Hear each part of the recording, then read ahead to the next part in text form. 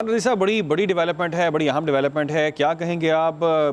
दो इस्तीफ़े तो आ चुके हैं और दो सीनियर जजेस हैं मुस्ताफ़ी हो गए हैं। आपको लगता है और इस्तीफ़े भी आ सकते हैं और इन तहफ़्फ़ुज़ात को दूर किया जाएगा या मामला इस तरह चलता रहेगा?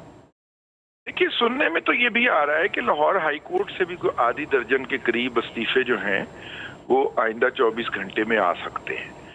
और इस इस्तीफ़े की खबर से पहले ये भी बात कुछ जगहों पे की जा रही थी कि हो सकता है कि मंसूर अली शाह साहब को किसी और ओहदे के लिए भी कंसिडर किया जाए, क्योंकि वो सीनियर मोस्ट जज है। लेकिन बहरहाल उन्होंने रुख्सत चाही है।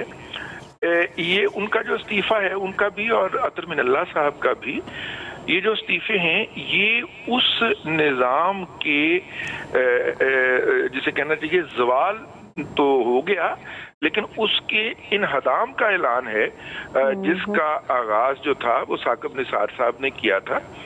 और उस निज़ाम के तहत चीफ जस्टिस ने प्राइम मिनिस्टर, प्रेसिडेंट और तमाम अख्तियारात अपनी ज़ात के अंदर मरकूज कर लिए थे, अस्पतालों के दौरे शुरू कर दिए थे, वो सारा कुछ कर दिया था। और फिर हत्ता कि पार्लियामेंट को भी अंडरमाइन कर दिया था। तो पार्लियामेंट चूंकि सुप्रीम है हमारे पार्लिमानी निज़ाम के अंदर, फिर पार्लियामेंट ने टाइम लिया, लेकिन उनको, जुडिशरी को उसके किरदार तक महदूद करने की कोशिश की, क्योंकि इनको आदत नहीं थी, इसलिए वो अपने आप को निज़ाम में फिट नहीं रख पाए और इस्तीफ़ा दे दिया। ये उनका जमहूरी हक है, आईनी हक है। लेकिन कुछ लोगों का ख्याल है कि इसके बाद एक वकला तहरीक भी शुरू हो सकती है।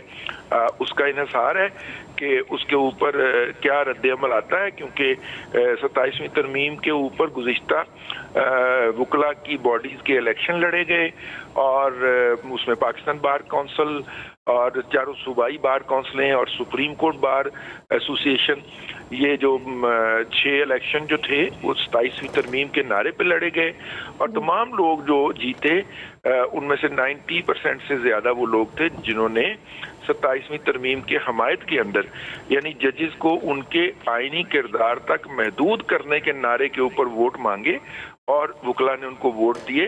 तो उसके बाद फिर वो अपनी उसमें आज़ाद थे राय कायम करने में, और मेरा ख्याल है उन्होंने बेहतर फैसला किया होगा खुद देखभाल के।